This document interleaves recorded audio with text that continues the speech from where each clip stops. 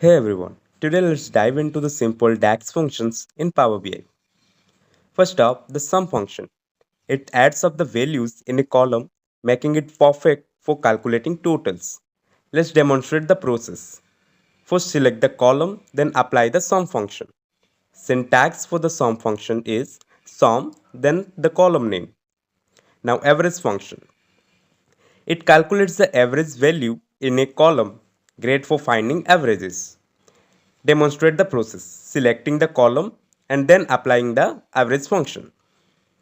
Moving to the count function, and finally, it counts non-blank values in a column useful for counting records.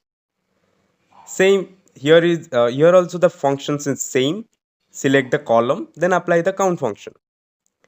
That wraps up our journey through simple DAX functions. Give them a try in your next Power BI projects and see the magic happen. Thank you.